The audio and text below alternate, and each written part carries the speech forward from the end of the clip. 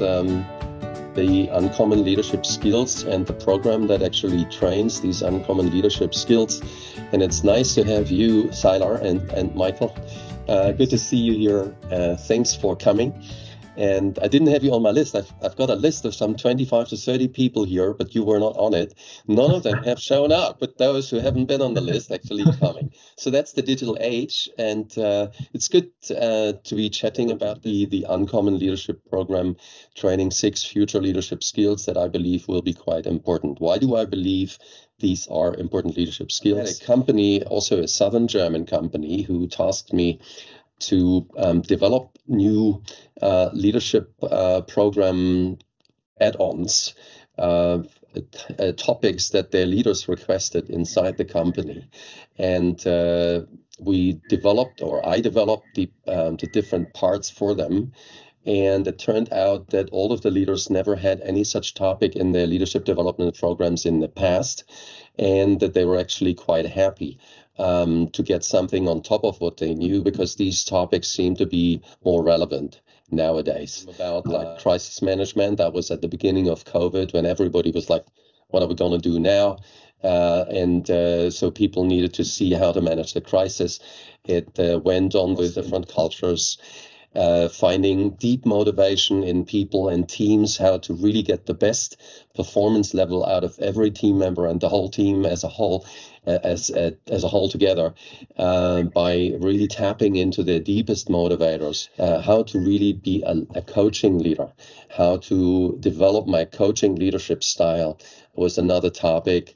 How to lead in a VUCA world that is becoming more volatile, more unstable, more uncertain, not only like a crisis for a limited amount of time, but it's actually like a constant fast change that we are normally very likely to make mistakes. We're quite vulnerable, and how to manage such situations much better in the future is one of the topics also. And that the last one actually that came was leading diverse generations, where older generations struggle very much with people from younger generations that they have to lead, or the other way around, younger generation members become leaders, leading older generation members struggling with their different habits, with their different preferences and values, leading to misunderstanding and conflict, almost like you're meeting a different culture. And so we've held these 6 parts for the managers in this company around the world. They came from anywhere between Melbourne and Minnesota, Shanghai, Singapore, Vietnam, France, England, Germany. And it was lovely, lovely groups that we had together there, and everybody really appreciated the inputs and the exercises that we did with each other. So what I did, I realized these topics are really, really important. And you don't normally learn that in a leadership development program, where you get the ABC for the 101 for leading people, leading teams, leading leaders, but you don't learn about these things in particular. And so I put this Uncommon Leadership program together, and I'm hoping to spread the word here and beyond this group, so people can actually benefit from the learnings there. And I can see Edith is on board now. Good morning. I can hear you now. Sorry. Oh, that's beautiful. Whereabouts are we meeting you? Where are we meeting you this morning? Okay, my name is Edith from Nigeria. Nigeria. Nice to Nigeria. Very nice to have you, Edith. So we now have a lovely group from Suzhou, China, from Friedrichshafen, southern Germany, and from Shanghai, China, and from Nigeria. Can you see the shared screen? Yeah. Lovely. Okay, so Yes, we can. So why an uncommon leadership program, or why uncommon leadership skills? Because there's a lot of fast change and many, many new developments, especially technical developments. And technology has connected us in a way over the last decades that has made many, many changes to the way people interact, communicate, and lead each other. So what also happens in the world that sometimes is drifting more apart than getting closer together. leaders in companies and organizations are now faced with lots of challenges, how to keep up their logistics chains, how to get the supplier contacted. They may be on a completely different continent that has a geopolitically completely different policy. And now the company leaders still need to make sense with their teams across these different continents. And how do you do this? We need to learn and build more bridges. And the one thing that really, really counts now is to really show your personality, your authentic self, not only your skills, but your vulnerability, so people can feel you. You're a real person. You have good and true intentions, and you're really doing your utmost and the best to build these bridges and bring people together, no matter from which diverse backgrounds, no matter what countries they're coming from. They need to work together. So that's what leaders need to do more and more. And that's why I'm thinking these leadership skills will matter a lot. Now, here's a very simple formula. Performance increases as trust and psychological safety increase. Now, trust and psychological safety don't make people perform, we know, but what they do is they enable people to speak freely, make themselves vulnerable, and actually take risks that otherwise they might not feel inclined to do so much in their own environment, in their own team. So the leader's task has been and becomes more and more to enable people and teams to perform by enabling more trust and psychological safety. The question is, how do we actually build trust? How do people build trust? That is the question I've been asking myself a lot. What I found is, Hedgershine says, a helping attitude leads to trust. You can imagine when you're faced with, like a human being is meeting a horse. How does the horse feel safe? Because the human being brings across a helping, a kind attitude, so the animal feels safe, right? So this goes beyond words. So it's a very basic concept. And what also matters is if you're able to inquire humbly, to listen humbly to the other person, explaining herself or showing herself even beyond words, be able to read body language and take it serious, take it in, actively listen, so the person really feels, oh, you're attentive, you're taking me serious, you really want to listen to me, you really want to understand what I'm saying, so I can trust you. So trust in the red box actually is a consequence of my two behaviors, my helping attitude and my humble inquiry skills. Now, with that trust, the initial trust in the room, what happens? I invite the person to truthfully talk to me. So if you're really listening to me, I will tell you more. If I also reflect this, if I also speak truthfully to the other person now, then the person will feel, oh, you're making yourself vulnerable, you're talking truthfully, so I talk truthfully more. So we have a better chance of connecting and understanding each other. And also connecting in the sense that let's take risks together. Let's do things together, even if we don't know the outcome yet, but we will either learn or have results. And so the results in the learning box is also a consequence of me talking truthfully, the other person talking truthfully, and of us making an effort to connect and understand each other. Connect with each other and understand each other. So if that all works fine, then this becomes a reinforcing loop, and we're doing more of it. And that's relevant for all the six parts of the 6 leadership skills that we're talking about today. We do need high awareness in order to have a helping attitude. Before I go and meet that horse, I need to be aware of how I come across to this animal, right? If I'm not aware of myself, the horse might run away before I know it. So high awareness is the beginning of it all. The second thing is it's always important to stay curious, because the best questioning technique doesn't get you into good listening. The best listening happens when you're staying curious, and that's a feeling. I really, really want to understand what you're saying, right? And the next part is to be able and talk truthfully. I need to lower my armor. I need to drop my armor a little bit, open up, and make myself vulnerable. So when I say this about myself, I might look a little foolish to you or a little incompetent. As your leader, I shouldn't look incompetent. Oh, maybe yes. Maybe the other person will feel, well, this is a real person. He's authentic.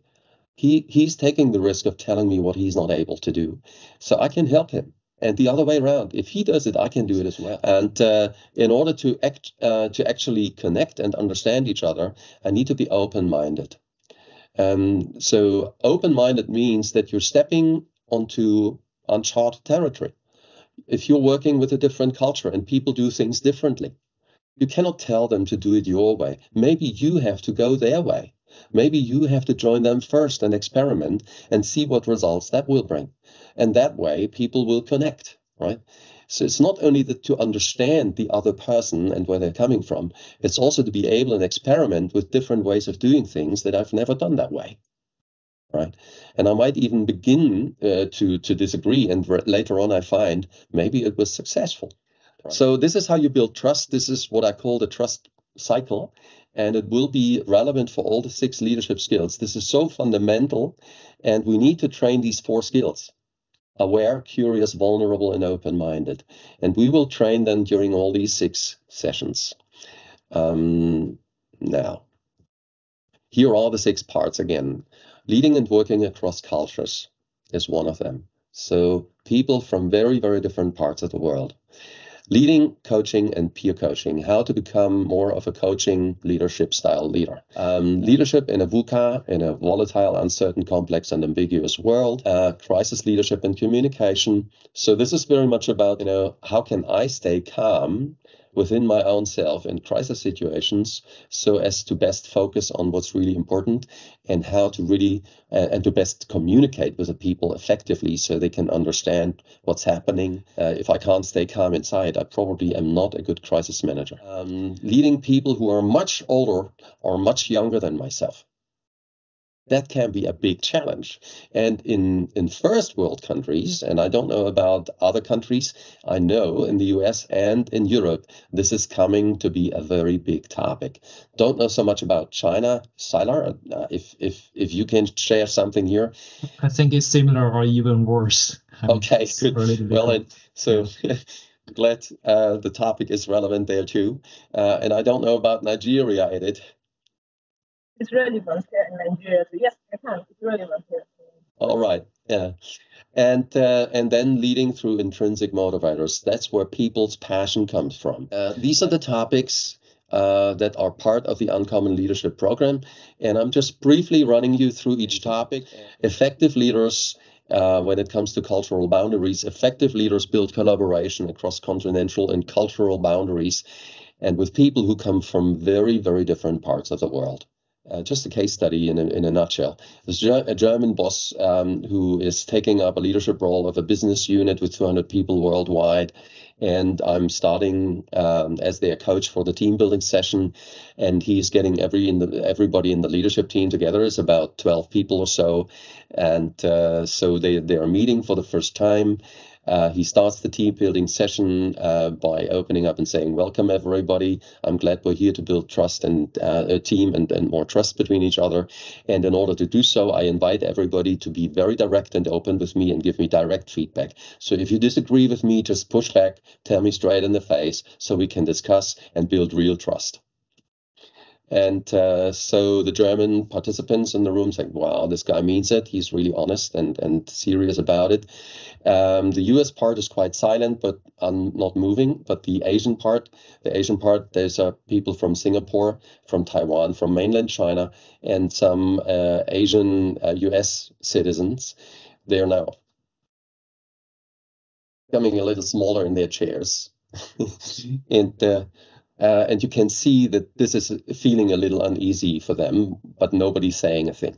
So the day develops, we're doing a few exercises, and in the afternoon, a lady from Singapore, a team leader from Singapore, she's standing up and says, "Alex, I highly appreciate your invitation for us to be very honest and direct with you. I'd just like to share with you that here in Asia, we don't do this. We actually respect the decision of the boss, even if we disagree. We implement the decision. We don't disagree with the boss." So now the silence is on the German part. And you can see Alex and the German team members are becoming uneasy. How can we build trust if we can't speak honestly with each other? So they are now struggling about the whole team building purpose. And you can see the embarrassment in the room. And also when the lady got up and said, well, Alex, I would like to tell you, we don't do this in Asia. The Asian guys, what's she doing? She's already speaking up against the boss.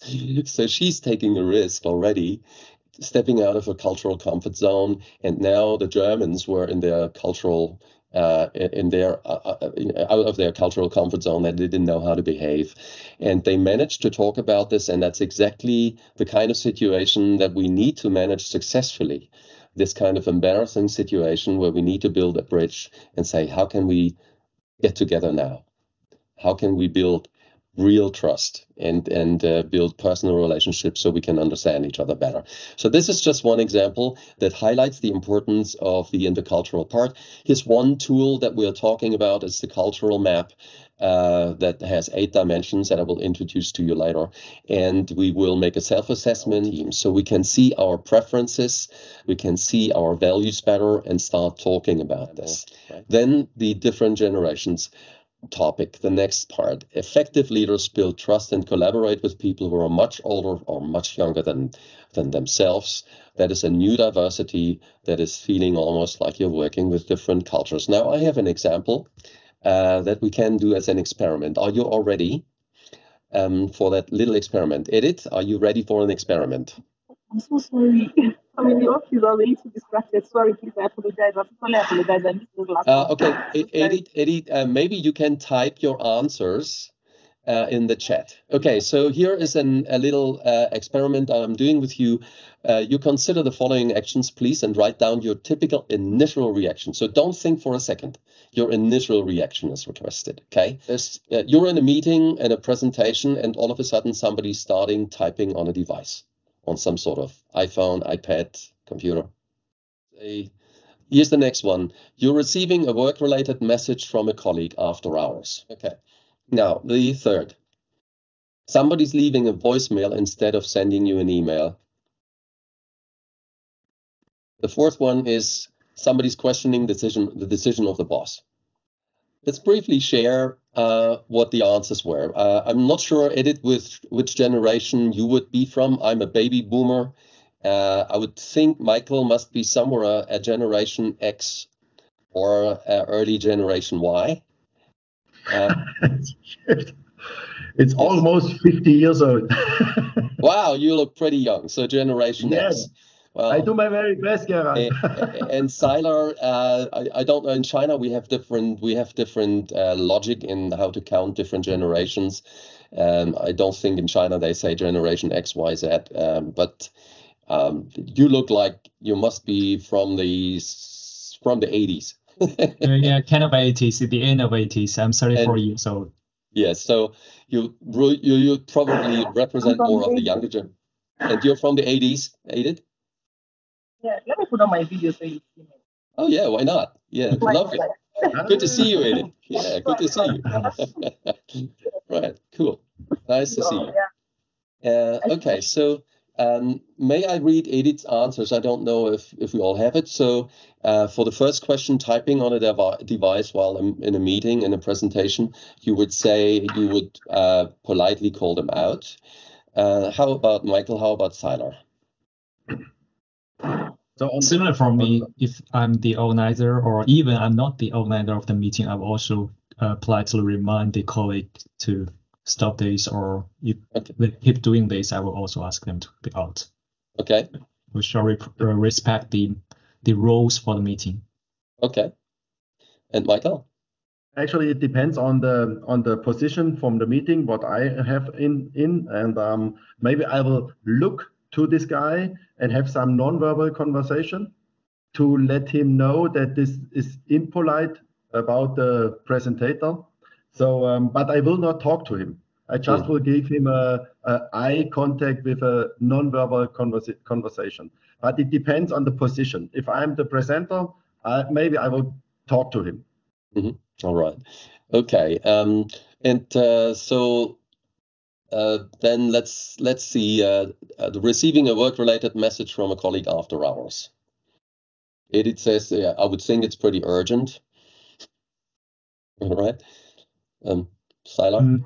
Yeah, but in China, the working culture in China receiving a message from colleagues or even customers after all of it is really common here in China. Yes, exactly. It's nothing special. Yeah, it's normal. And how about Michael? It's the same. We have if the work is off or it's too late, just talk to the colleague and said, please, if it's urgent, you have to respond earlier. And it's not a good way to wait so long if it's important things. Please do it the next time faster so that we can proceed with the task. Just talk directly to this guy. Yes. Okay. Leaving a voicemail instead of sending an email. I would respond and ask to also follow up with an email for future correspondence, is what Edith says. And how about Sylar?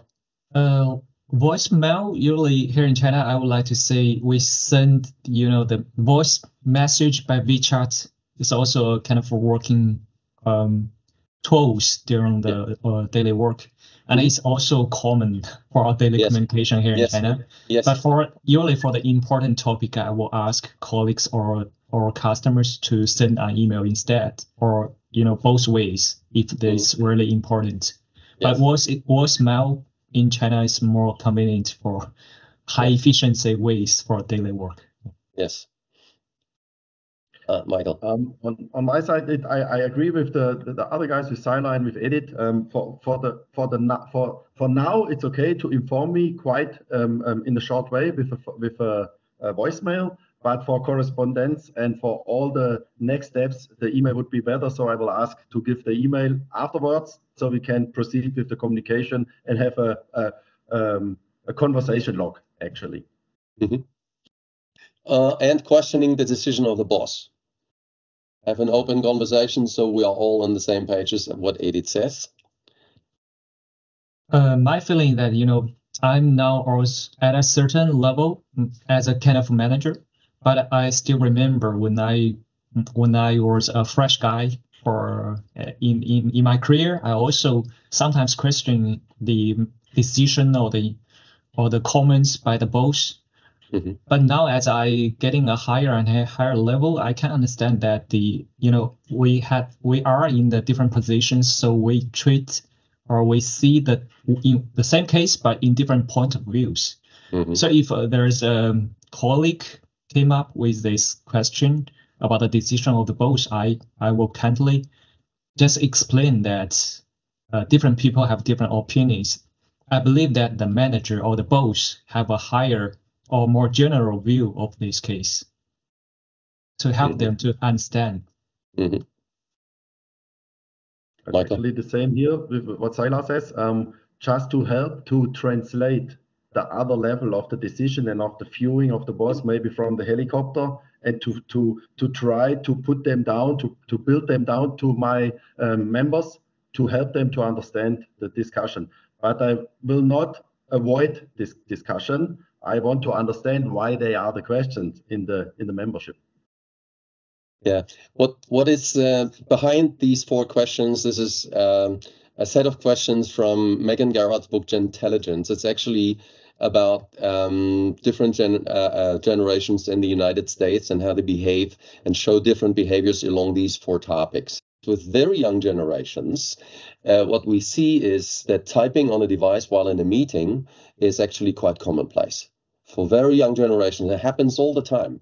Whereas more older generations would say, well, why don't you focus on what's being spoken, right? Why don't you pay your respect to the speaker, that kind of thing. So while younger generations take a completely different stand here and say, well, this is important that I'm passing this on right now so it can be digested right away, or we are documenting something here. So it's perfectly okay for many people.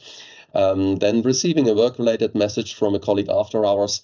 There are different styles, also younger generations, and also in Asia, like Sylar is saying, it's pretty commonplace to work after hours, where in older generations in the US and also in Germany, as I must say, after hours was sacrosanct and you wouldn't touch that, right, unless really, really necessary. Leaving a voicemail instead of sending an email, other than here in China. In the US, leaving a voicemail now many people feel that this is like dinosaurs. Why don't you just send me a quick text so I can briefly read it and don't have to waste too much time listening to what they've been speaking? And so the younger generations expect texts rather than voice messages. And questioning the decision of the boss in the United States, actually quite similar to China, it's not a commonplace thing to question the decision of the boss. So actually people take offense if somebody does that. But younger generations in the United States have taken to questioning the decision of the boss much more commonplace. It's much more commonplace now. And I suppose that would happen in China as well. As people are younger, they're challenging more because they have a different take on that. Let's just go to the next topic. Effective leaders coach their teams, so in order as to be helping them to live up to their potential and building a culture of openness, learning, listening, and truthful talking. Basically, that is trust building, that is psychological safety. If you have a team that is feeling psychologically safe, that means they can actually coach each other in the room. So that is the highest form of team building. If you're able to build that kind of peer coaching group in your own team, you can see you've reached quite some level of psychological safety. What we will learn in this program, and you can never train coaching enough. It never ends. It's never enough. But what we will do is we will deal with all the four coaching phases, like building rapport, building the connection with the person so they trust each other. And let's say, okay, I allow you to help me. Right? I allow you to help me.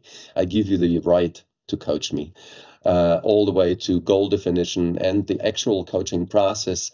Coaching from the beginning to the end. There are several different approaches, like the GROW model, the 7-step coaching model, peer coaching approach. Many that we will practice, and then of course the evaluation of the coaching process. We will be doing quite some practice on that. How to lead people from their intrinsic motivators. That's what people do. They know how to learn about their team members' performance and their passions by really, really listening to their deeper intrinsic motivators. Now, how to do this? We will learn how to do this by learning to listen to people's long-term goals, to their values and talents, and to their professional steps that already indicate their past steps that already indicate what kind of professional personality they want to be in the future.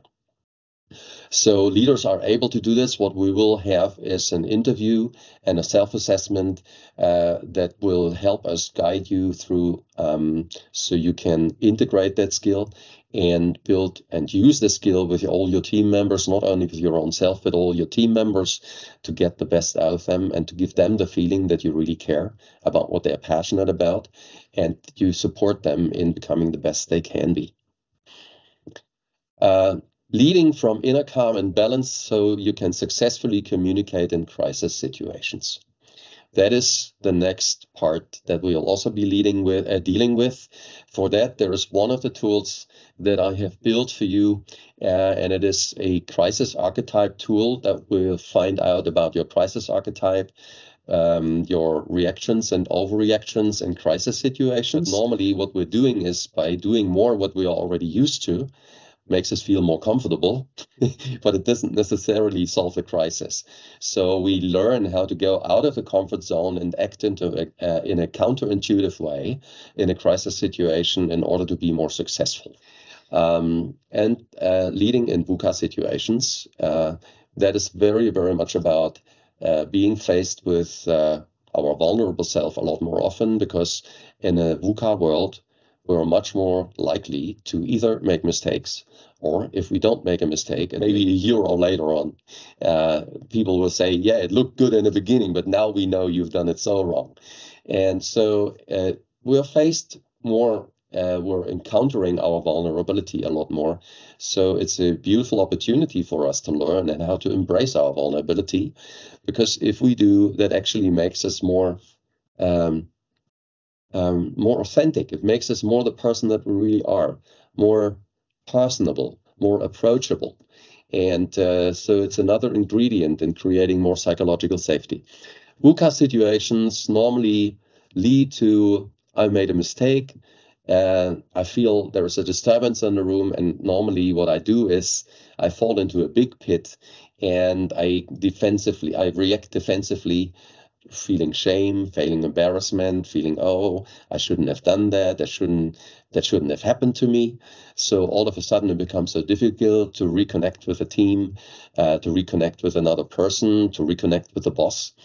And what we will do is we will be looking into shame-based defensive reactions that I show, learning more about my own self, my own shame-based reactions, and how I can step beyond them, how I can pull myself out of this pit or even not fall into it, knowing my shame-based reactions and taking a deep breath and going back into contact with the people around me, making myself vulnerable and say, yes, here is a mistake I made, but let's move on. Let's learn from it, right? So that is part of the VUCA situations that we'll be learning about, and the tools that we'll be learning about. And another tool will be conflict handling modes. What is my conflict handling mode? But when we're in conflict, we're very emotional, and normally we are not that ideal. So we will learn about our own conflict behavior first and take it from there, self-reflecting and addressing conflict more consciously after that. There are a lot more tools. I've just made one bigger chart of the examples that we'll be dealing with in these 6 parts. The program structure, here's how we will work. Every of the 6 parts will be one training cycle, making up a full 8-hour day. Out of this 8-hour day in the program, we will have half a day of a workshop together. So people come prepared to that workshop. And for the preparation, there will be in the online school, there are video inputs that I have created along all these tools, along all the process steps, with the instructions for self-paced learning. So you can download this material on your smart device, go for a walk in the forest or by the river, sit down somewhere, and don't have to sit in the office, but you can do the self-preparation somewhere. And it will take you some 2 hours individually. And after that preparation, you go to a peer group, like say Michael, Sylar, and Edith are a peer group to prepare for the next workshop. And you prepare for another, say, 2 hours. So you are already together with the topics and with the group for 4 hours before you actually come into the 4-hour workshop with me. And in that workshop, we will deepen all the content. So we don't need to discuss everything that's in the video. We don't need to discuss every detail in the individual result. We just go deeper. We just do more exercises, practicing stuff, training stuff, and role-playing stuff, practicing coaching with each other. So we don't need to discuss a lot of content during the workshops anymore. We can actually do a lot of practical exercises. And we will have this training cycle 6 times over because we have 6 topics.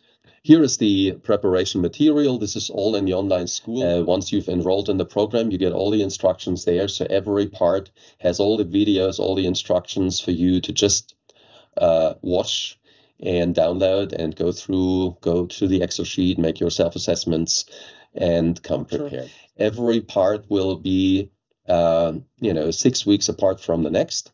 3 weeks before every workshop, you start preparations, and 3 weeks after the workshop, you've got an opportunity to meet as a peer group again and reflect your learnings in a coaching session. And so it's every 6 weeks that we meet. That is just a few voices from participants who've been in the training. This is from this year. That's, by the way, from your company, Michael. We've had not the uncommon leadership training, but blended learning.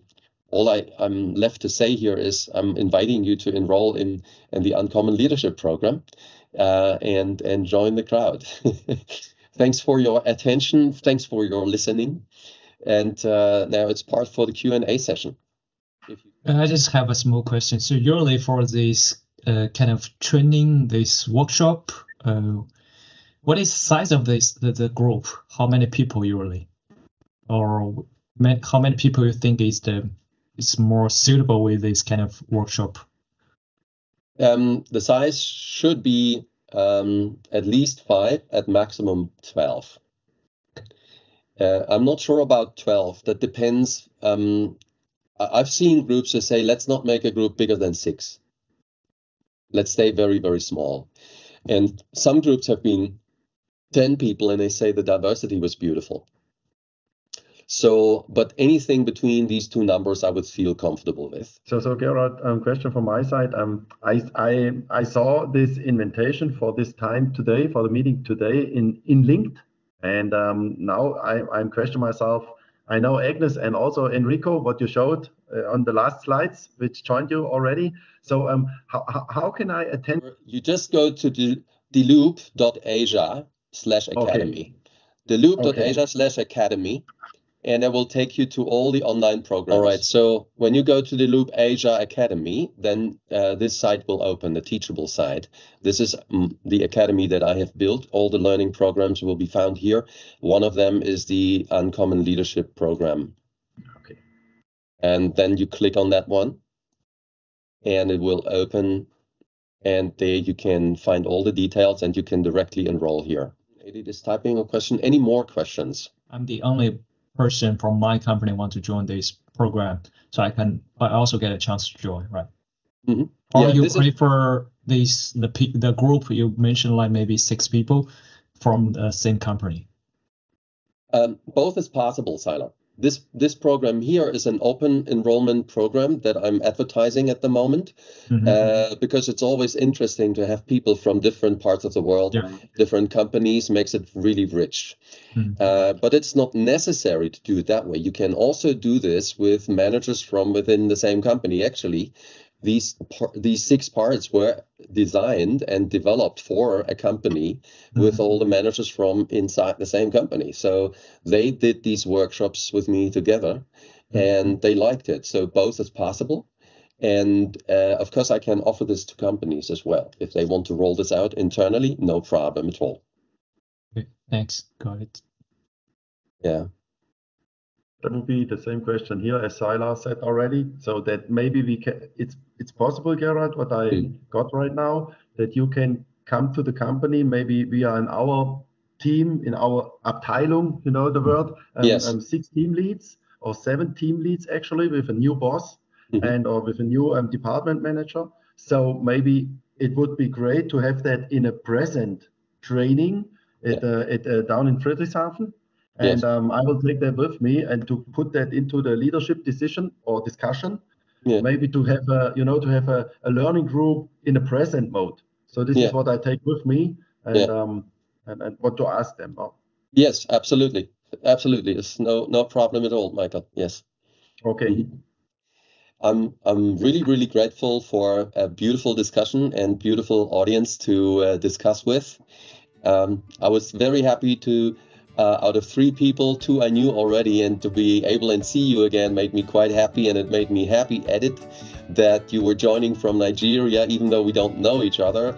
It's a beautiful thing to meet people that you've never met before. That's actually what we should do more often, and thank you for joining, Edith. Thank you for having me. Thank you. Michael and Sylar. Thank you. Okay.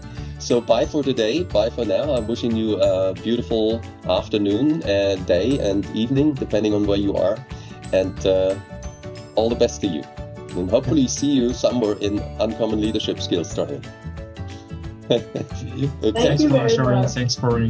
Thank you. Bye-bye. Thank you very much, Gerald. To all of you, have a good one and take care. Have a nice day. Bye-bye. Bye-bye. Bye.